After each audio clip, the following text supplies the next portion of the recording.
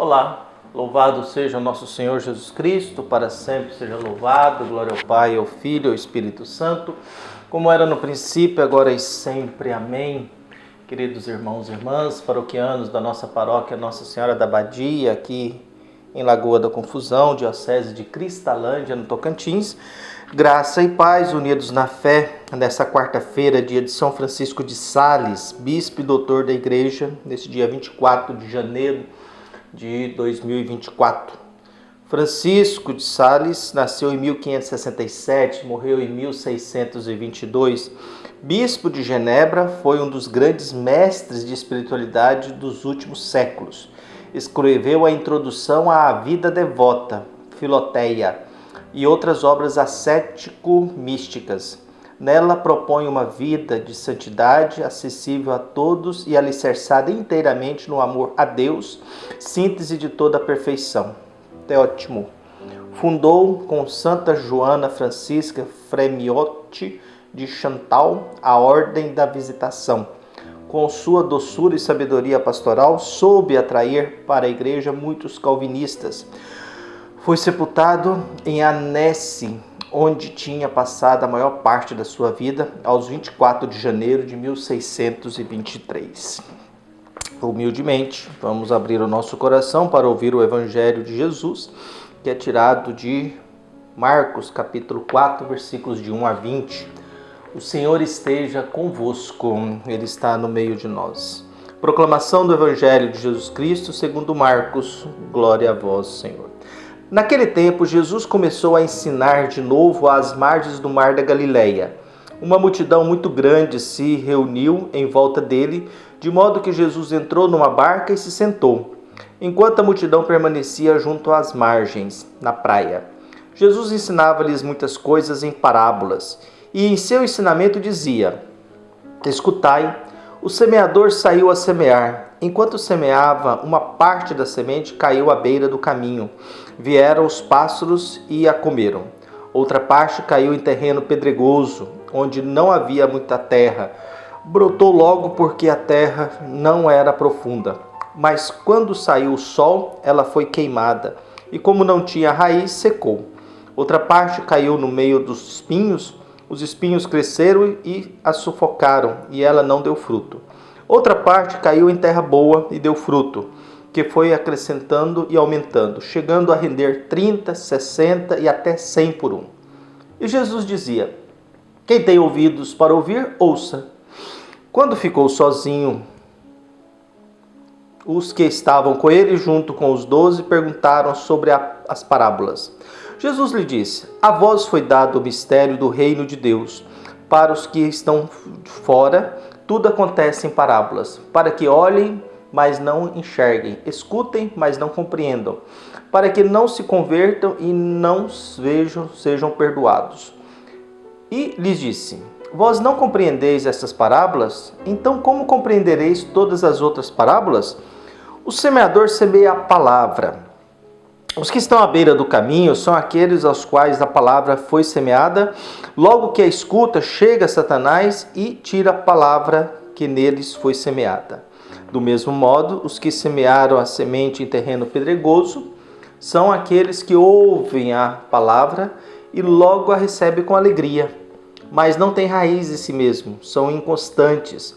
Quando chega uma tribulação ou perseguição por causa da palavra, logo desistem. Outros recebem a semente entre os espinhos. São aqueles que ouvem a palavra, mas quando surgem as preocupações do mundo, a ilusão da riqueza e todos os outros desejos, sufocam a palavra e ela não produz fruto. Por fim, aqueles que recebem a semente em terreno bom são os que ouvem a palavra e a recebem e dão frutos. Um dá 30, outro 60 e outro 100 por um. Palavra da salvação. Glória a vós, Senhor. Jesus está sentado sobre a barca, de frente à praia, e ele ensina a multidão. Marcos geralmente não costuma carregar muito na tinta da caneta, mas dessa vez ele resolveu, nesse trecho, caprichar um pouco nessa parábola, nesse ensinamento de Jesus. Abrindo, Albert Einstein tinha uma frase interessante: quando abro a porta de uma nova descoberta, já encontro Deus lá dentro, viu? E Marco Aurélio dizia: agradeça a Deus e não reclame, poderia ser muito pior, né? São essas frases de gente inteligente que marcou a história do mundo. Mas a parábola da semeadora, ela é conhecida por todos nós e faz parte da nossa vida, da nossa história, porque nós somos tudo isso aí. Nós não somos só uma terra boa que produz frutos, nós também às vezes somos a terra na beira do caminho, às vezes nós estamos mergulhados no meio dos espinhos, há momentos na vida que nós estamos entre pedregulho, e as primeiras realidades são realidades estéreis, que não produz fruto.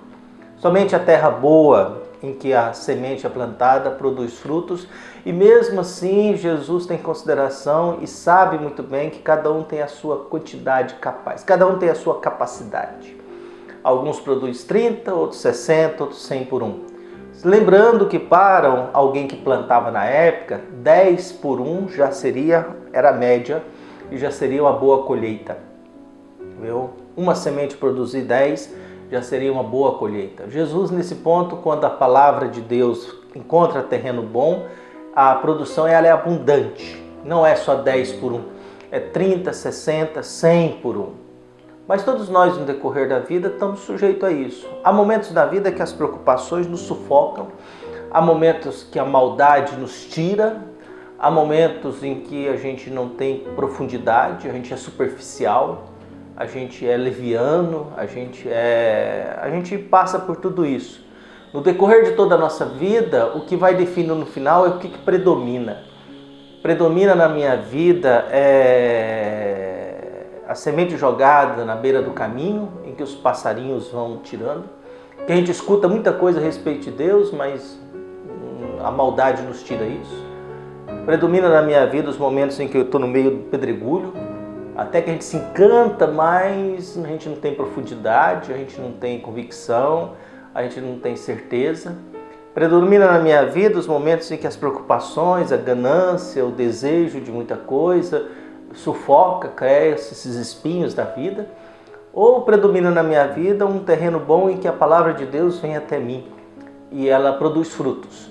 É muito interessante a comparação de Jesus, que produzir frutos é sempre na lógica de que nenhuma árvore produz frutos para si mesma.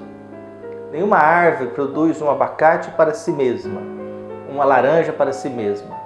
Todos os frutos produzidos pelas árvores são para alimentar o outro que está com fome. Todos os frutos produzidos é para alimentar o outro. E geralmente o desconhecido não é uma outra árvore, é um ser vivo. Um ser vivo. Por isso Jesus tem essa preocupação. Ele diz isso, faz um alerta para os discípulos, quem tiver ouvidos que ouça, coloque a sua vida para ouvir. Esse é um problema do mundo, nós não somos capazes mais de ouvir ninguém. A gente não dá conta de escutar ninguém, a gente não dá conta e não suporta escutar ninguém. A nossa incapacidade de escutar o outro faz com que a gente não conheça mais ninguém, que a gente não tem mais noção de quem são as pessoas. E Jesus vai tentando dizer para os seus discípulos, sabendo que alguns irão ouvir e outros não. Alguns irão compreender e outros não. Alguns irão produzir frutos e outros não. Todos os primeiros terrenos, eles não produzem frutos. Eles são queimados, são sufocados, são roubados. E quando produz frutos, Jesus sabe que cada um de nós tem uma capacidade, né? Tem gente que tem capacidades gigantescas, tem gente que tem capacidade de produzir muita coisa, de fazer belas reflexões, escrever, produzir, elaborar beleza na vida. E Jesus tem essa consciência. O importante não é se você produz 30 por 1, 60 por 1 ou 100 por 1. O importante é que você produza frutos. E que o seu fruto faça bem a alguém.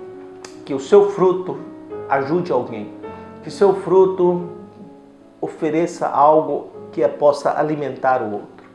E acho que é isso que Marcos resolveu caprichar muito nessa parábola, porque ela é importante para nós. Porque volta e meia eu preciso me perguntar que tipo de terreno que há dentro de mim.